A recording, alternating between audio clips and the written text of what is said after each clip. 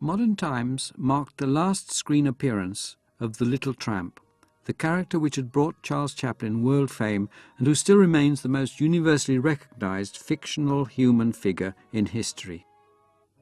The world from which the tramp took his farewell was very different from that into which he had been born 2 decades earlier, before the First World War.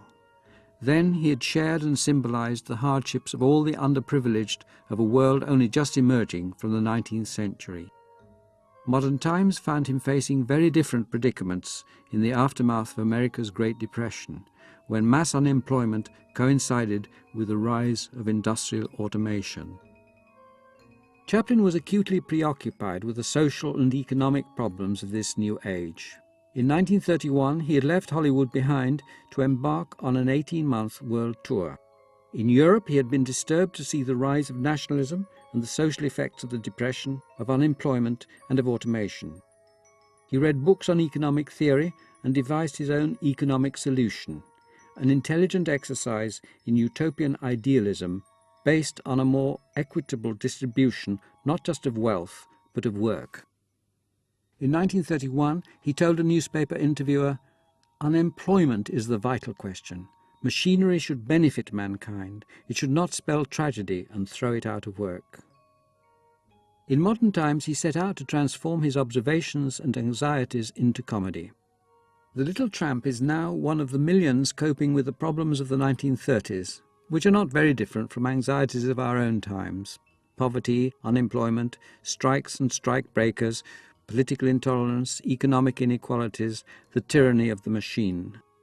The film's opening title, "The Story of Industry, of Individual Enterprise, Humanity Crusading in the Pursuit of Happiness," is followed by an ironic juxtaposition of shots of sheep being herded and of workers streaming out of a factory.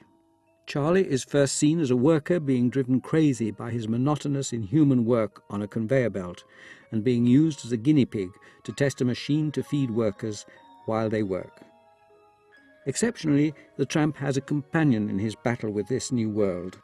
On his return to America, Chaplin had met the actress Paulette Goddard, who was to remain for several years an ideal partner in his private life. Her personality inspired the character of the gamine in Modern Times, a young girl whose father has been killed in a strike and who joins forces with Chaplin. The couple are neither rebels nor victims, but, wrote Chaplin, the only two life spirits in a world of automatons. We are children with no sense of responsibility, whereas the rest of humanity is weighed down with duty. We are spiritually free. In a sense, then, they are anarchists. They first meet in a police wagon where the desperate girl has been thrown for stealing a loaf of bread and subsequently set up home together, though in the most innocent Platonic style. Chaplin at first planned a sadly sentimental ending. While the tramp was in hospital recovering from nervous breakdown, the gamine was to become a nun and so be parted from him forever. This ending was actually filmed but was finally abandoned in favour of a more cheerful finale. A title says, "We'll get along," and the couple, arm in arm, set bravely off down a country lane towards the horizon. By the time Modern Times was released, talking pictures had been established for almost a decade. Till now, Chaplin had resisted dialogue, knowing that his comedy and its universal understanding depended on silent pantomime. This time, though, he weakened to the extent of preparing dialogue and even doing some trial recordings. Finally, he thought better of it, and, as in City Lights, uses only music and sound effects. Just at one moment, though, his voice is heard. Hired as a singing waiter, he is obliged to stand in for the romantic tenor. He writes the words on his shirt cuffs, but these fly off at the first dramatic flourish, so that he is obliged to improvise the song in a wonderful mock-Italian gibberish. Chaplin's voice had already been heard on radio and in at least one newsreel, but this was the first and the only time that the world heard speech from the Little Tramp. Apart from this indecision over sound and the changed ending, the shooting seems to have been fairly untroubled and, by Chaplin standards, comparatively fast.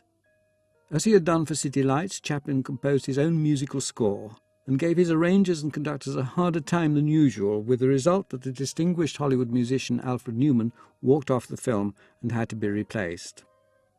Modern Times became the victim of a strange charge of plagiarism. The Franco-German firm of Tobis claimed that Chaplin had stolen ideas and scenes from another classic film about the 20th century industrial world, À nous la liberté, directed by René Clair.